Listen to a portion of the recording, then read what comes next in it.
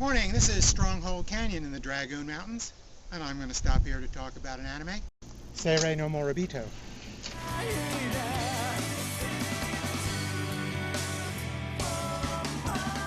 Seirei no Moribito is a wonderful sword and sorcery style fantasy anime TV series from last year. It's from Production IG and has been licensed in North America by Media Blasters.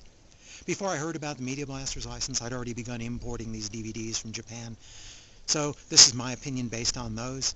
Obviously, I wouldn't have been shelling out for all those DVDs if I hadn't really loved this series. The story is set in an imaginative fantasy world, a place where there's 2 moons and where sorcery is real. Balsa is a warrior woman from distant Kambal. She's been working as a bodyguard and has a pretty good reputation at it. She's taken an oath to save 8 lives to make up for some distant event in her past. She's just returning to the imperial capital of Yogo when, by chance, she happens to rescue the young Prince Chagam from drowning in a river.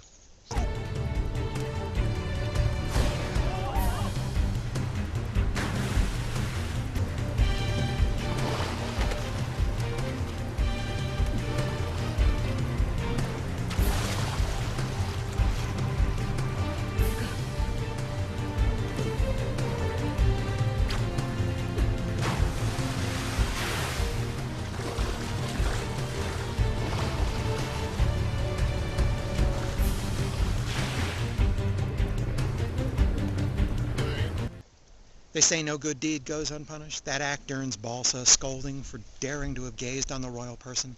But later, she gets a surprise invitation to the royal palace and a secret midnight audience with the Empress herself. The Empress tells Balsa that this wasn't the first odd accident to endanger Prince Chagam. He's been targeted for assassination by his own father, the Emperor.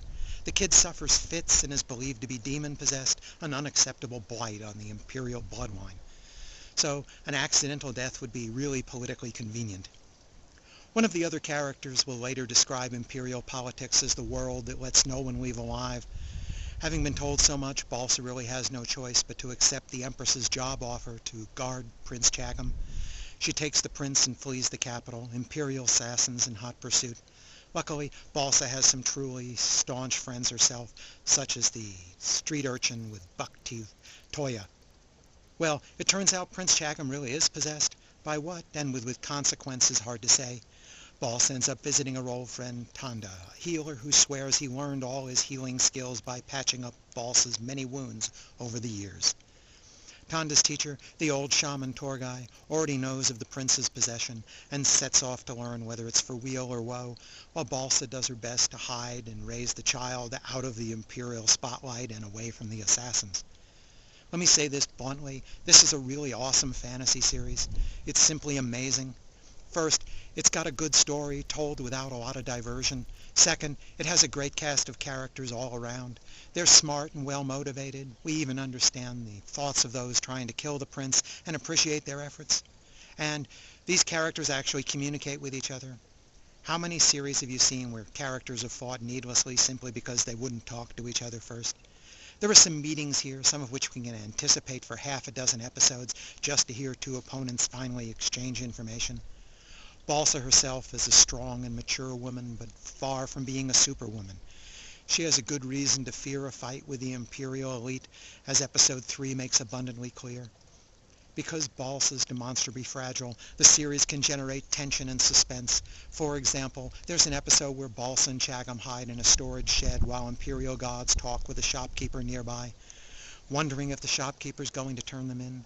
And later, the assassins will set a trap for Balsa and Chagam, as Toya desperately tries to warn them before they walk into it. In these scenes, it's not the violence, but the terrifying threat of that violence that keeps us enthralled. And many times, avoiding the violence is the better relief than actually winning a fight. And when a fight does break out, it's fast and furious, an incredibly choreographed work of art with dire consequences, injuries galore.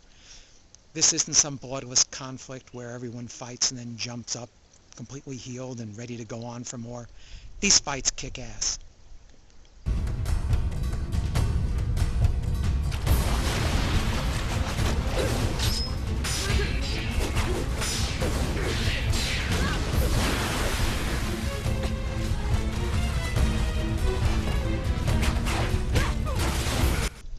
We'll get some details on Balsa's background in some of the later episodes as the characters settle in for a long winter in deep snow. It's a great way to pass the time as the story advances the calendar and fills in a lot of information we've been dying to learn about Balsa. The artwork is consistently excellent and superbly detailed. It's created an imaginative mixture of Oriental history and fantasy world to create a new kingdom with all its accoutrements. And the animation is just breathtaking, and I don't mean that just for a TV series. Here's a small scene in a marketplace where Balsa stops to eat. Look at how much effort went into establishing background movement to establish that this is a really busy, bustling place.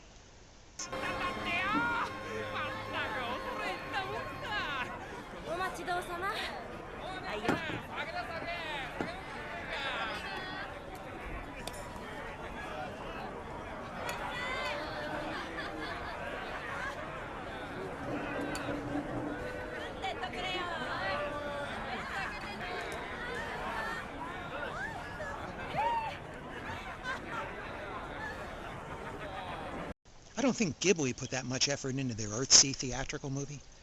The music is solid too, producing a driving beat for the fight scenes, a mysterious tone for the supernatural, or an edge-of-the-seat tension for those threatening scenes.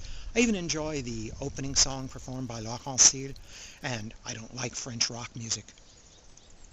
I give Seirei no Moribito 5 stars. With swords, spears, magic, ancient legends, mystic spirits, and sparkling characters, it's an incredible piece of storytelling, a wonderful journey, and I eagerly devoured every DVD. I'll probably buy the Media Blasters dub when it comes out too, just so I can foist it on my friends. Thanks for listening.